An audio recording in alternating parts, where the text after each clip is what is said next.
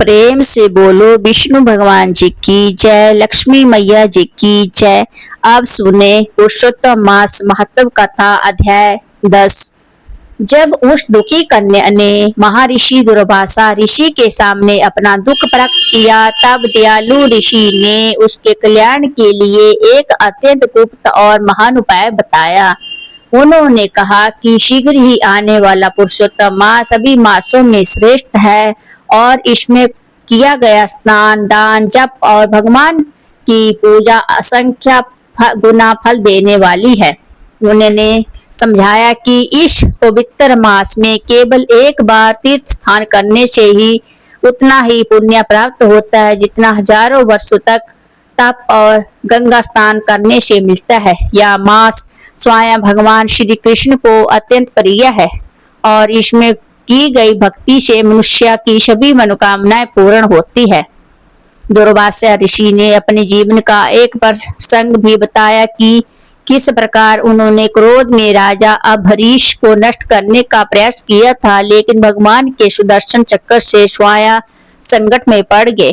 तब इस पुरुषोत्तम मास के प्रभाव से ही वो उस भयंकर संकट से बच सके। इस प्रकार उन्होंने कन्या को दृढ़ता से इस मास का व्रत करने का उपदेश दिया।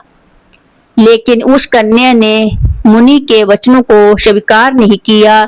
उसने तर्क करते हुए कहा कि अन्य मास जैसे कार्तिक, वैशाख आदि भी तो महान है, फिर यह मलमास कैसे श्रेष्ठ हो सकता है।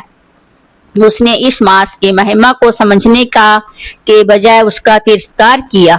यह सुनकर दुर्वासा ऋषि अत्यंत क्रोधित हुए। उनके नेत्र लाल हो उठे, परंतु करुणा के कारण उन्होंने उसे श्राप नहीं दिया। उन्होंने सोचा कि यह कन्या अज्ञान बस ऐसा कह रही है और अभी इसके पास यही सही समझ नहीं है, इसलिए उन्होंने केवल इतना कहा कि पुरुषोत्तम मास का अनादर करने का फल उसे अवश्य भोगना पड़ेगा, जैसे इस जन्म में या अगले जन्म में। इसके बाद दुर्वासा ऋषि वहां से चले गए। उनके जाने के बाद कन्या का तेज और सौभाग्य क्षीण होने लगा। तब उसे अपने निर्णय पर विचार आया, लेकिन अब वह अलग मार्ग चुन चुकी थी। अतः उसने निश्चय किया कि भगवान शिव की कठोर तपस्या करेगी, क्योंकि उसे लगा कि वही उसके दुखों का निवारण कर सकते हैं। इस प्रकार वह पुरुषोत्तम मास की महिमा को त्याग कर अपने ही मार्ग पर चल पड़ी। इस प्रकार पुरुषोत्तम मास का अध्याय 10वां समाप्त होता है।